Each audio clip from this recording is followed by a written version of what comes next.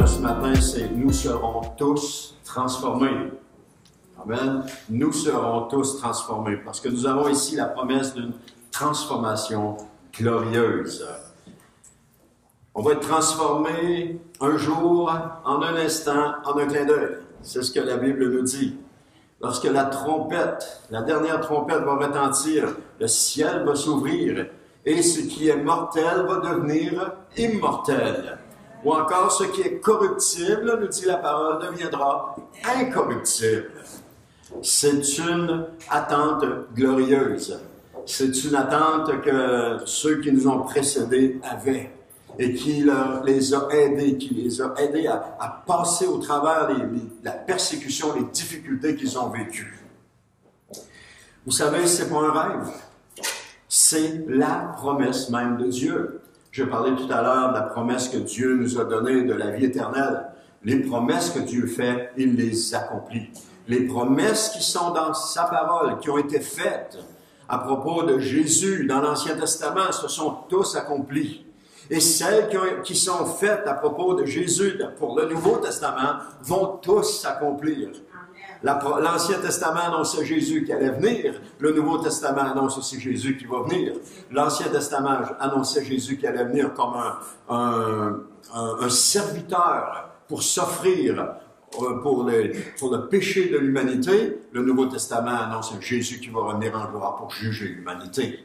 C'est une différence, mais les deux l'annoncent. Et si ça s'est accompli là, ça va s'accomplir là aussi. Alors les promesses qui sont là s'accomplissent. Et on peut avoir confiance en Dieu parce qu'on sait que Dieu ne ment pas. On sait que Dieu ne change pas d'idée. On sait que Dieu ne revient pas sur sa parole. Ce qu'il a dit, il l'accomplit. Et ça, c'est la foi. Ça s'appelle la foi. Amen.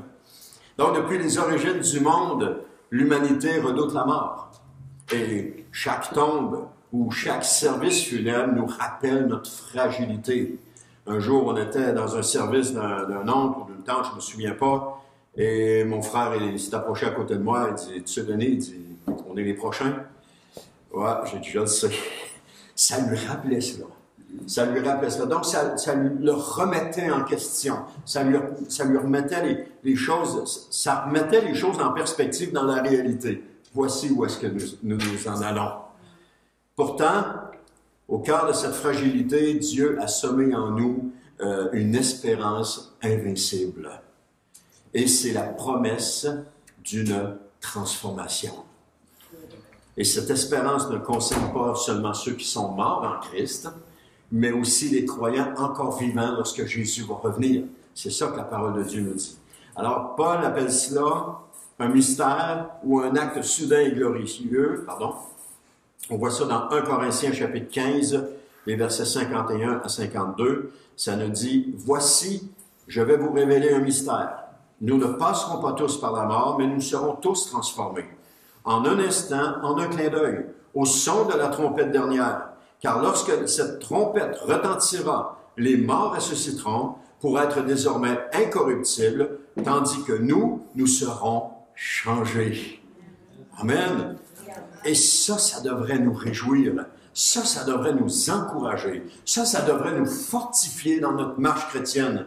Parce qu'un jour, les choses vont changer. Un jour, la maladie dans laquelle je suis va disparaître, elle ne sera plus là. La mort qui nous guette à chaque instant ne sera plus là, elle va disparaître. Un jour, les choses vont changer. Mes faiblesses vont disparaître. Je vais devenir ressemblable à Jésus. Mon corps corruptible va devenir un corps incorruptible. Et ça devrait nous encourager. J'ai dit, ça fait plusieurs fois que je le dis, gardons nos yeux sur l'éternité, c'est là qu'on s'en va. Mais aussi, apprécions le fait que nous allons être transformés. Il n'y aura plus de douleur, il n'y aura plus de mal, il n'y aura plus de péché. Nous allons vivre en harmonie parfaite, totale et complète avec Dieu et les uns avec les autres. Quelle bonne nouvelle! Quelle espérance merveilleuse! J'aurais pu souffrir dans ce corps. Je vais être glorifié, avoir un corps glorifié, semblable à celui de Jésus. Il n'y aura plus de peine, il n'y aura plus de doute, il n'y aura plus de mal, il n'y aura plus de guerre, il n'y aura plus de violence. Il va n'y avoir que l'amour et l'amour de Dieu répandu. Et c'est ça qui devrait nous encourager. Parce que quand on regarde dans le monde, tout ce qu'on voit, c'est la violence. Tout ce qui nous est présenté, c'est des actes de violence. C'est tout ça qu'on voit. Que ce soit les guerres, que ce soit le terrorisme, que ce soit des gangs de rue, que ce soit des... Qu'importe, tout ce qui nous présente, c'est de la violence. Pourquoi? Parce que ça attise, ça augmente les codes d'écoute. Mais ça n'empêche pas que c'est la réalité du monde dans lequel on vit. Mais ce monde-là va finir, il va se terminer, il va disparaître, et nous allons nous retrouver dans un monde parfait. C'est ce que la Bible nous appelle. Alors, attachons-nous à la parole de Dieu. Attachons-nous à la Bible. Ça nous dit en un clin d'œil, tout ce qui est corruptible va revêtir l'incorruptibilité. Nos corps limités, marqués par la fatigue, la douleur puis le temps, seront changés pour rassembler au corps glorieux de Jésus. Et ce ne sera pas une rupture avec notre humanité, mais son accomplissement parfait. Parce que le retour de Jésus, ce n'est pas une idée lointaine réservée au dernier chapitre de la Bible. C'est une espérance vivante, active et purifiante. Elle transforme déjà notre manière de vivre, de prier, de souffrir et d'aimer. C'est une espérance infaillible.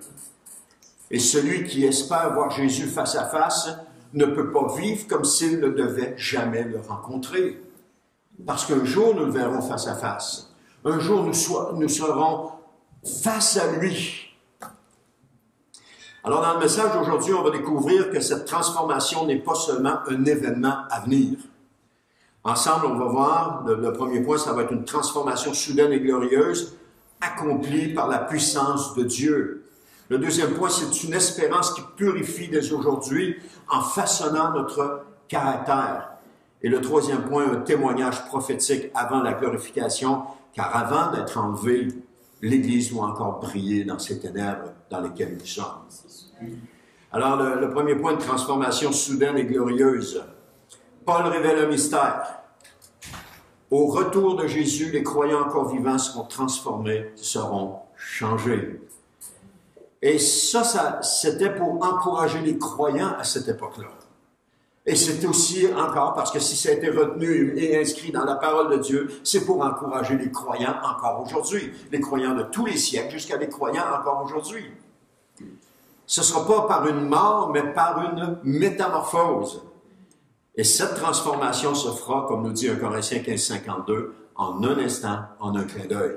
Nous serons changés. Nos corps seront changés. En un instant, en un clin d'œil, on est dans la souffrance, dans la maladie. Clic, on est dans la santé. On n'est plus dans la souffrance. Amen. Nos corps fragiles et mortels seront instantanément revêtus d'incorruptibilité. Et ce n'est pas la fin de notre humanité, mais son accomplissement. Et c'est ça qui est intéressant. C'est ça qui est bon à comprendre. C'est comme un grain de blé qui tombe en terre. Un grain de blé, ou qu'importe la semence qui tombe en terre. Prenez, j'ai juste vous donner un exemple, j'ai semé des graines de tournesol. Écoute, ils sont... Vous savez comment c'est gros, une graine de tournesol? C'est noir, c'est gros comme ça. Là, j'ai des tiges, là, ils sont grosses comme ça, et ça monte. J'ai la main comme ça pour aller chercher la fleur qui est là. Bon, ils sont bien nourris, ils sont nourris dans le fumier de poulet. Là. Mais j'ai la fleur qui est là, là. C'est plus grand que moi, ça a plus que 6 pieds, c'est plus grand que Maxime.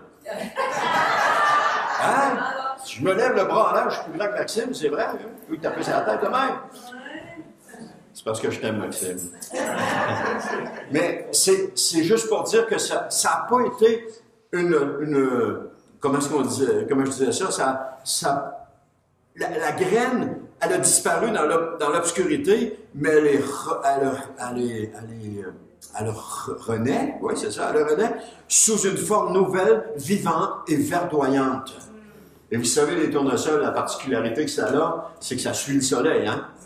Ça suit le soleil, le soleil se lève à l'est, puis là, ça va le suivre comme ça. Et le soir, il se couche avec, mais il n'a pas fini, là. Il se retourne pour le lendemain matin lorsque le soleil va se lever. C'est extraordinaire, la création de Dieu. Amen. Alors, la graine qui a été plantée, elle a complètement changé. Elle est devenue quelque chose d'autre. de merveilleux. Une graine noire, c'est une graine noire, ça ne veut pas rien dire d'autre, mais quand elle a poussé, c'est un arbre, pas un arbre, c'est une plante merveilleuse. Alors, comme le corps glorifié de Jésus portait encore les marques de la croix, nos vies garderont leur identité, mais seront transfigurées dans la gloire de Dieu. La mort ne détruit pas la vie, elle la transforme. On a peur de la mort, mais on ne devrait pas avoir peur de la mort, parce que la mort, pour un chrétien, elle le transforme. De même, les vivants au retour de Christ connaîtront ce passage sans passer par la tombe. Ça, c'est une autre chose. C'est Henri Blocher qui écrit « L'espérance du retour du Christ n'est pas une option, mais une conséquence inéluctable de la fidélité de Dieu. Celui qui a commencé l'histoire du salut l'amènera à son terme. » Il parle de Jésus ici. Mais toutefois, cette espérance n'est pas faite pour endormir les croyants. Elle doit les réveiller. Car celui qui attend le Seigneur doit déjà se préparer à le rencontrer. Si nous avons cette attente du Seigneur, on doit se préparer à le rencontrer. Et c'est pourquoi Paul et Jean affirment que cette espérance transforme dès maintenant le cœur et de celui qui la porte.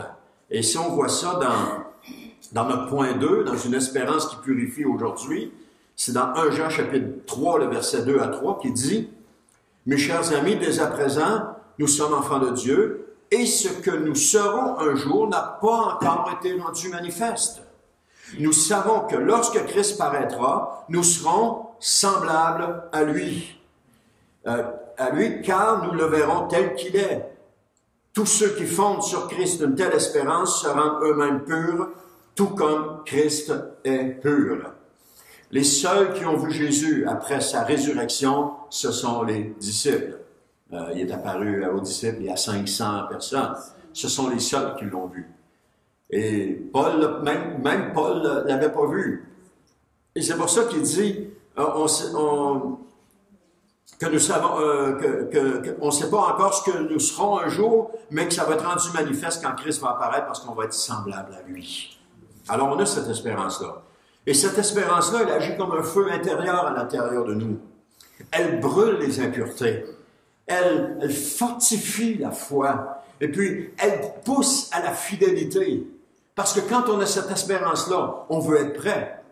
C'est comme l'épouse qui sait qu'il va se marier.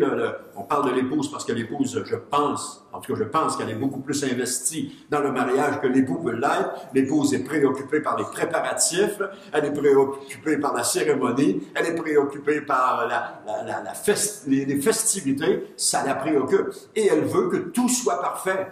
Donc, elle sait que ça va se produire un jour et elle prépare les choses en fonction de cela. Et c'est un peu la même chose.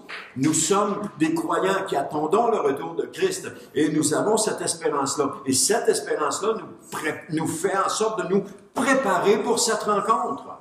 Si je sais que je vais rencontrer un personnage important, je vais me préparer pour cette rencontre-là. Je n'arriverai pas n'importe comment. Je vais me préparer. Alors, c'est un peu la même chose. On se prépare. Et c'est ça que ça fait, cette espérance-là agit comme un feu intérieur, comme j'ai dit tantôt. Elle ne nous détache pas de la terre, mais nous rend plus fidèles à Dieu. L'espérance du retour de Jésus devient une force morale pour chacun de nous. Elle devient aussi une énergie spirituelle qui nous garde dans la vérité et dans la sainteté. Parce que nous attendons le jour où nous allons rencontrer Jésus. Et on ne veut pas être pris au dépourvu. Vous vous souvenez de la cigale et la fourmi, hein? La cigale ayant chanté tout l'été se trouva fort dépourvu. C'est le seul bout que j'ai remarqué. C'est vrai, on a appris ça par cœur à l'école, je ne sais pas, je me souviens. Elle s'est trouvée fort dépourvue parce que elle ne s'était pas préparée, tandis que la fourmi s'était préparée, elle avait fait des provisions. Lorsque la bise fut venue, la fourmi était prête, mais la cigale n'était pas prête. Ou encore comme une fiancée qui prépare sa robe pour le grand jour, j'ai parlé un peu tantôt, l'Église se purifie dans l'attente de l'époux, dans l'attente de Jésus. Chaque prière, chaque renoncement, chaque acte d'amour, est une couture invisible dans le vêtement de la sainteté. C'est bon, hein? Écrivez-le pour ne pas l'oublier. Je vous le répète, chaque prière, chaque renoncement, chaque acte d'amour, là, c'est parce que c'est poétique, hein, est une couture invisible dans le vêtement de la sainteté. Il faudrait donc en souvenir comment, quand la vie est venue, hein, surtout à fort dépôt, il faudrait donc en souvenir de même. Alfred Puen a dit de façon magnifique, l'espérance du retour du Christ est une espérance qui agit dans le présent, qui fortifie la foi, stimule l'amour et entretient la persévérance. Amen. Donc avant que cette espérance se réalise pleinement, l'Église doit encore traverser une période d'épreuve et de témoignage. Car avant d'être enlevée, elle doit manifester la puissance et la vérité de Dieu au milieu d'un monde en rébellion. C'est notre troisième vérité qu'on va voir, un témoignage prophétique avant la glorification. Parce qu'avant la transformation, c'est-à-dire avant que Jésus revienne, l'Église doit rendre un témoignage prophétique, puissant et courageux. Tout comme les deux témoins de l'Apocalypse, chapitre 11, qui représentent l'Église. Ils sont une image de l'Église dans le monde. Celle-ci va proclamer la vérité au cœur d'un monde qui la rejette. Et c'est ce que toute l'image de l'Apocalypse 11 des deux témoins nous présente. Elle nous présente des personnes qui vont témoigner de la vérité et des gens qui ne l'accepteront pas. Et elle nous présente aussi des leaders qui vont carrément les tuer. Donc, il va y avoir un temps de persécution pour l'Église. Mais ce temps de persécution, comme tous les autres temps de persécution qu'on a connus dans le passé, était une force pour l'Église, vont être une force aussi pour l'Église. On ne doit pas avoir peur de ces temps-là. Parce que ces temps-là font en sorte que c'est plus les choses superficielles qui sont importantes. C'est les choses spirituelles qui prennent la place. L'attente du retour de Jésus devient tellement importante au milieu de la souffrance. Pas surprenant que les premiers chrétiens n'avaient pas peur de mourir pour Christ parce qu'ils savaient qu'ils allaient rejoindre Christ. J'en parlais avec mon gendre en fin de semaine à Saint-Hyacinthe. Et puis, je disais, en Corée, je lui racontais une illustration que je me souvenais, puis ça me revient à l'esprit, je vais vous le raconter aussi. En Corée, avant la Yonggi-cho, il y avait des chrétiens qui étaient là, mais c'était difficile de témoigner, c'était difficile d'apporter la parole, et les chrétiens étaient persécutés. Et il y a un pasteur, c'est une illustration que j'ai lue dans un livre, je ne me souviens pas du livre malheureusement, mais je l'ai lu dans un livre, et elle m'a marqué. Il y avait un pasteur avec son épouse, et leurs deux enfants qui avaient été arrêtés parce que le pasteur avait témoigné, et puis la conséquence c'était qu'ils allaient être tués. Alors ils les ont jetés dans une fosse, ils avaient creusé un trou, ils les ont jetés dans une fosse, et ils leur ont dit, si tu renies Christ, vous allez pouvoir sortir de là. Sinon, vous allez être enterrés vivants. Et comme le mari commençait à vouloir parler, sa femme lui a frappé sur le bras, et elle a dit, non, fais pas ça. Elle dit, dans quelques minutes, elle dit, on va être avec Jésus. Et c'est comme ça que leur vie a fini. Ils ont été enterrés vivants. Et la présence de Jésus était plus importante que n'importe quoi d'autre sur la terre. Pour ces gens-là. Pourquoi? Parce qu'ils vivaient la persécution. J'ai un exemple tantôt pour des chrétiens de Chine, là. Vous allez voir. Ils vivaient la persécution. Et il n'y avait pas d'autre chose de plus important que la présence de Jésus. Il n'y avait pas d'autre chose de plus important que de voir Jésus revenir. Les chrétiens qui sont persécutés aujourd'hui dans le monde, ne sont pas là en train de spéculer sur les dates du retour de Jésus. Ils sont juste en train d'espérer qu'il revienne pour les délivrer parce qu'ils souffrent dans leur corps. Ils souffrent. Ils espèrent en Jésus. Les promesses de Jésus qui va revenir sont vivantes pour eux. Les promesses de transformation dans nos corps sont vivantes pour eux. Ils spéculent pas sur des choses inutiles. Ils s'attendent que Jésus revienne les délivrer. C'est une réalité pour eux. Et un jour, l'Église va connaître cela. Ce peuple, on parle de l'Église, apparemment faible aux yeux des nations, sera rempli d'une autorité spirituelle irrésistible. Et ça n'aura rien à voir avec ce que nous voyons aujourd'hui.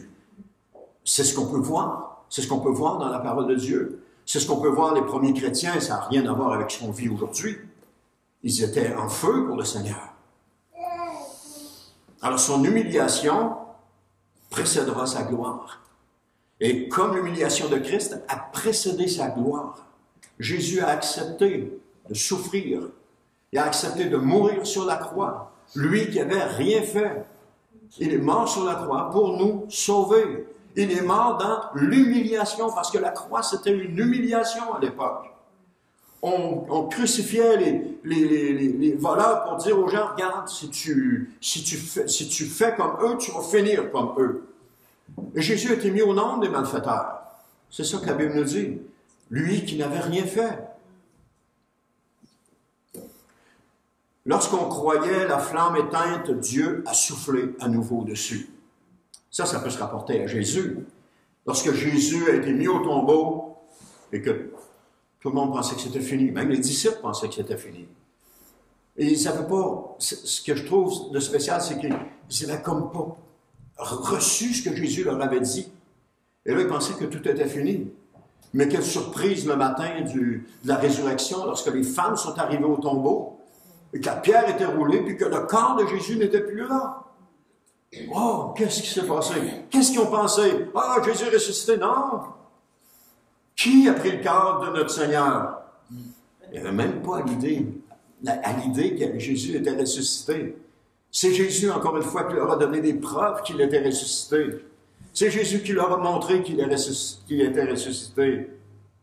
Alors, lorsque ces gens-là croyaient que la flamme était éteinte, Dieu a soufflé dessus, il a ressuscité Jésus. Et on voit ça aussi après la révolution culturelle, l'Église en Chine persécutée et dispersée est sortie plus vivante que jamais. C'est-à-dire réduite au silence pour un temps, mais jamais détruite. Elle est devenue un témoignage vivant de la fidélité de Dieu. Ça nous dit que dans les années 1960, pendant la révolution culturelle en Chine, le régime communiste chinois chercha à éradiquer toute trace de christianisme. C'est toujours ce que les régimes totalitaires font. Que ce soit le régime communiste, ils veulent éradiquer toute trace de christianité. Pourquoi? C'est peut-être à cause de la liberté que le christianisme offre, qu'eux ne veulent pas, mais il y a toutes sortes de raisons. Donc, les églises ont été fermées, les Bibles ont été brûlées, les pasteurs emprisonnés, puis les croyants forcés au silence. Pendant plus de, ça n'a pas duré une journée ou deux, ça n'a pas duré quelques semaines, quelques années, pendant plus de 20 ans, tout semblait perdu pour eux. Aux yeux du monde, l'Église de Chine avait complètement disparu. Mais Dieu n'avait pas dit son dernier mot. C'est ça qui est bon. Dieu n'avait pas dit son dernier mot. Et c'est ça que la parole de Dieu nous démontre, c'est qu'il n'a pas dit son dernier mot. Dans chaque situation dans laquelle nous vivons, Dieu n'a pas dit son dernier mot. Amen. Amen. Dans le secret des maisons, des grottes ou encore des champs de riz, des croyants continuaient de se réunir en chuchotant des versets qu'ils avaient mémorisés. Ils le faisaient pas fort, caché, pour ne pas se faire prendre et risquer de se faire tuer. Ils priaient sans Bible imprimée, parfois avec un seul évangile manuscrit qu'ils se partageaient les uns les autres. Et lorsque la Chine s'est de nouveau ouverte à la fin des années 70, le monde a découvert un miracle. Là où il n'y avait plus rien, des millions de chrétiens étaient nés dans l'ombre. Là où le régime communiste pensait avoir éradiqué la chrétienté, un peuple était en train de naître de nouveau. Sans temple, sans moyens, sans structure visible, l'Église était devenue plus vivante que jamais. La persécution n'est pas la fin. La persécution est le début de quelque chose de grand pour l'Église. Et il ne faut pas avoir peur de cela. Un missionnaire étranger raconta à propos de la Chine, il dit « Nous avions prié pour un réveil en Chine et Dieu a répondu par le feu de la persécution. » Quand j'ai vu ça, on prie pour des réveils, et puis on s'attend que, oh, ça va être olé olé, que tout va être beau, que ça va être super, on va flotter sur un nuage. Il dit, nous avions prié pour un réveil en Chine, et Dieu a répondu par le feu de la persécution. Contraire à ce qu'on s'attend. Pourquoi? Parce que c'est le feu de la persécution qui a révélé les croyants. C'est le feu de la persécution qui les a soudés ensemble. C'est le feu de la persécution qui les a amenés devant le trône de Dieu. C'est le feu de la persécution qui les a réveillés, qui les a motivés, qui a créé une nouvelle espérance en eux. C'est le feu de la persécution. Et si vous lisez les témoignages de chrétiens qui ont été persécutés, vous allez voir que c'est ce même feu qui brûlait en eux. Et c'est ce feu-là qui va brûler dans les chrétiens de la fin. Ce feu de voir Jésus revenir, ce feu de voir les choses s'accomplir, de voir nos corps transformés, de nous voir entrer dans la vie éternelle. C'est ce feu qui va brûler là. Encore aujourd'hui, l'Église chinoise reste réveillée et souvent persécutée. On dit l'Église chinoise, mais l'Église partout ils appellent ça le croissant, là. Ça parle de l'Inde, du Pakistan, etc. Là. Il y a une portion comme ça. Et c'est là où il y a la plus grande persécution présentement. Ça part du nord de l'Afrique et ça s'en va puis ça passe par l'Asie, puis ça s'en va jusqu'au Pakistan, etc. C'est là où est-ce qu'il y a le plus de chrétiens persécutés dans le monde. C'est là où est-ce qu'ils sont. Mais l'Église continue de croître. L'Église continue de grandir. Il y a des gens qui se convertissent au Seigneur encore aujourd'hui. Pourquoi? Portés par une simple foi pure et ardente, témoignant que rien ne peut éteindre la flamme que Dieu allume.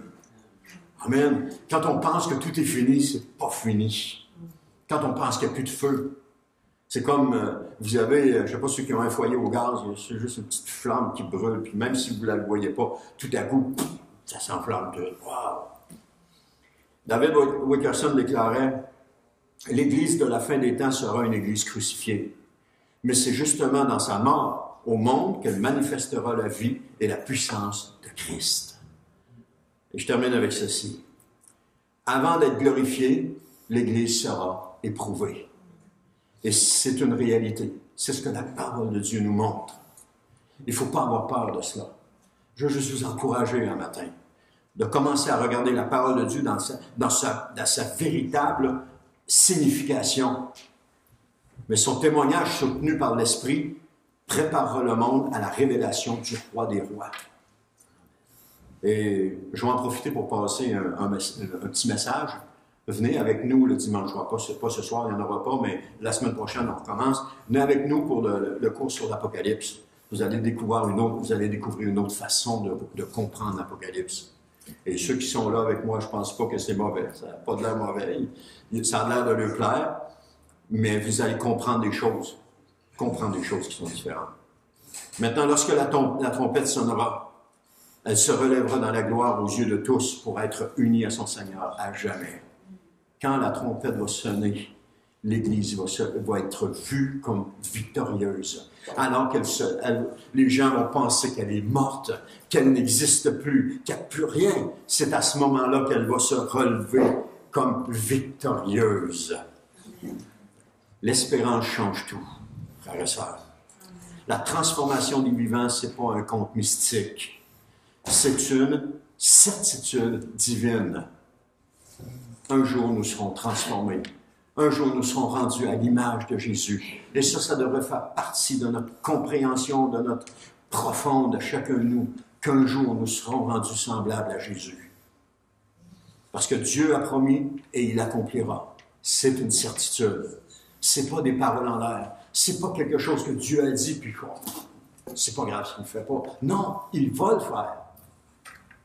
Et cette espérance n'est pas pour demain seulement, parce que cette espérance agit aujourd'hui en nous. Elle purifie nos cœurs, fortifie notre foi, elle nourrit notre persévérance. Si on peut rester attaché à Jésus, persévérer, se tenir accroché à lui, c'est à cause de cette espérance-là. L'espérance qu'un jour nous allons le voir face à face. L'espérance qu'un jour nous allons nous retrouver devant lui, complètement changés, transformés. C'est cette espérance-là qui nous tient. Ce n'est pas l'espérance de jours meilleurs sur cette terre. Il n'y en aura jamais de jours meilleurs sur cette terre. Ou en tout cas, ils vont être éphémères s'il y en a. Mais c'est cette espérance dans le retour de Jésus. Et le monde verra bientôt ce que signifie être transformé à son image. Lui, le Christ, revêtu de gloire. Alors, tel il est, tel nous serons.